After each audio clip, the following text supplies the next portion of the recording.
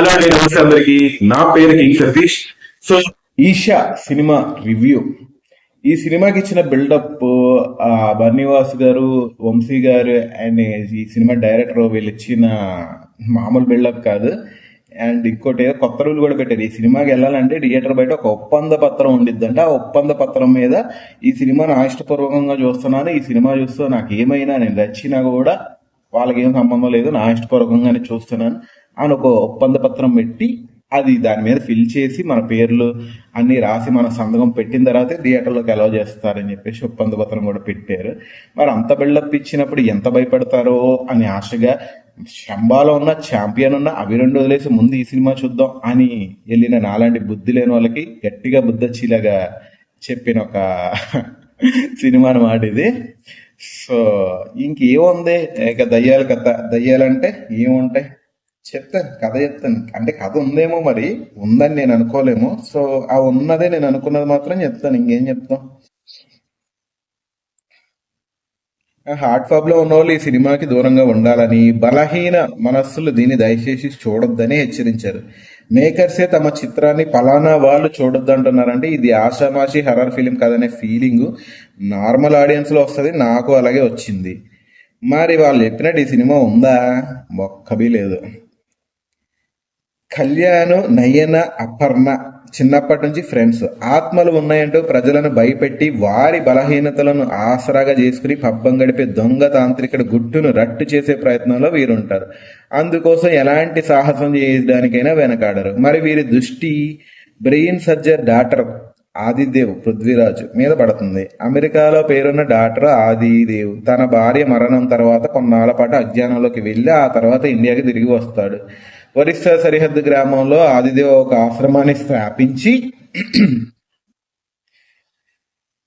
మనుషులకు పట్టిన దయ్యాల్ని వదిల్చే పని మొదలు పెడతాడు. అతని గుట్టు బయట పెట్టాలని ఈ నలుగురు స్నేహితులు అక్కడకు బయలుదేరతారు. అయితే వారికి మధ్య మార్గంలో ఒక ప్రమాదం ఎదురవుతుంది. దాన్ని అధిగమించి ఆ ఆదిదేవ్ ఆశ్రమానికి చేరుకుంటారు. అక్కడ వారికి ఎలాంటి అనుభవాలు ఎదురయ్యాయి, అమాయక ప్రజలను మోసం చేస్తున్న ఆదిదేవ్ నిజ స్వరూపాన్ని వీరు బయట పెట్టారా, ఈ క్రమంలో వాళ్ళు కోల్పోయిందేంటి, గ్రహించింది ఏమిటి అనేది మిగతా కథ. ఇంత కథ సినిమాలో ఉండదు.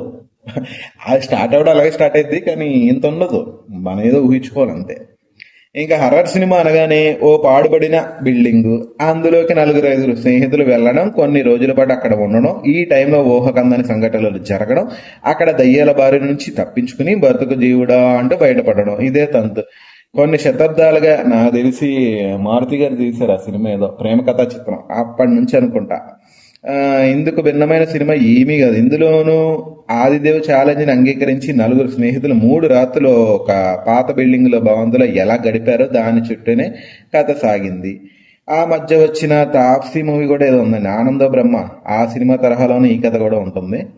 సహజంగా హర్రర్ సినిమాలు బూత్ బంగ్లాలోకి వెళ్ళిన తర్వాత నత్తనడకను నడుస్తాయి. అంటే సినిమాలు ఏముండదు, బిల్డప్ ఇస్తారు.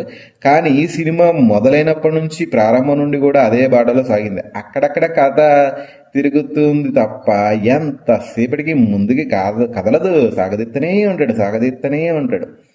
పోనీ ఆ బిల్డింగ్లోకి వెళ్ళిన తర్వాత అక్కడేమైనా వింతలు విడ్డూరాలు జరుగుతాయంటే అది లేదు. తొక్కలో రోడ్డు కొట్టుడు సన్నివేశాలతో ప్రేక్షకుల సహనాన్ని పరీక్షిస్తాడు డైరెక్టర్. ఈయనతోటి సినిమా గతంలో ఎప్పుడూ రాలేదన్నట్టుగా మేకర్స్ ఇచ్చిన బిల్డప్ చూస్తే నవ్వు వస్తుంది. సీన్స్ తో కంటే బ్యాక్గ్రౌండ్ స్కోర్ తో కాస్తంత భయాన్ని కలిగించే ప్రయత్నం చేస్తాడు. ఆ బ్యాక్గ్రౌండ్ స్కోర్ కూడా ఎంత వరస్ట్ గా ఉందంటే, తమన్ను బాలకృష్ణ కొడతాడు చూడండి, కొట్టు కొట్టు కొట్టు కొట్టు కొట్టు అని దానికి 10 ఇంతలు కొట్టేసి చూసే ఆడియన్స్ చెవులు పగిలిపోతాయి తప్ప భయం కలగదు. ఒక సీన్ కూడా భయపడేలా ఉండదు.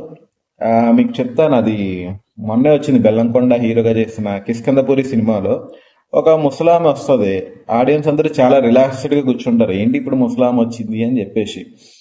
తర్వాత ట్రైన్లో ఉన్న వాళ్ళు అంటారు, ఇంజిన్ హైట్కి ముసలిది రావడం ఏంటరా, ఆవిడ ఎలా అంత హైట్కి వస్తుందిరా అంటే అప్పుడు నవ్విద్దాము. ఆ నవ్వినప్పుడు థియేటర్లో ప్రతి ఒక్కడో భయపడ్డాడు. అది భయపెట్టడం. కానీ ఇందులో అలాంటివి ఏమి ఉండవు. మనకు ఆల్రెడీ తెలిసిపోద్ది, ఇక్కడ పిల్లి అరుస్తుంది, ఇక్కడ మేక అరుస్తుంది, ఇక్కడ నీడు వస్తుంది, ఇప్పుడు మనం భయపడాలన్నమాట అని అనుకుని మనం భయపడాలేమో తప్ప ఈ సినిమాలో భయపెట్టేది బొక్క ఏం లేదు. దీనికి మళ్ళీ ఒక 100 పత్రం గాడిది గుట్టు.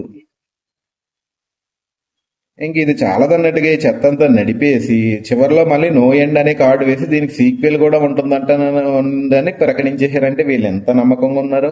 అసలు ఈ సినిమా షూటింగ్ అయిన తర్వాత వీళ్ళు ఒకసారైనా చూసుకున్నారా లేదా అని డౌట్ వస్తుంది. సో ఆ end card no end card అని చూసేసరికి ఆడియన్స్ ని కూడా కాస్తంత భయపెట్టిన అంశమే. ఎందుకంటే అయ్యి బాబాయ్ మళ్ళీ దానికి సీక్వెల్ అని ఖచ్చితంగా భయపడతారు ఆడియన్స్. అప్పటి వరకు సినిమా చూసి భయపడలేదు, ఆ ఎండ్ కార్డు చూసి భయపడతారు. ఇంకా నటీనటుల విషయానికి వస్తే ఎవరికి కూడా సరిగ్గా డబ్బులు ఇవ్వలేదేమో, సెకండ్ టేక్ కూడా ఎవరు కూడా తీసుకోలేదేమో. ఏదో వచ్చేమా, ఏదో చదివేమా, పేపర్ మెస్సీలు వెళ్ళిపోయామా అన్నట్టే ఉండేది తప్ప ఎవరు కూడా ఇంట్రెస్ట్ పెట్టి నటించిన నాకైతే అనిపించలేదు. ఎందుకో చాలా చోట్ల అందరూ నీరసంగానే కనిపించారు, ఫుడ్ కూడా పెట్టలేదేమో పాపం.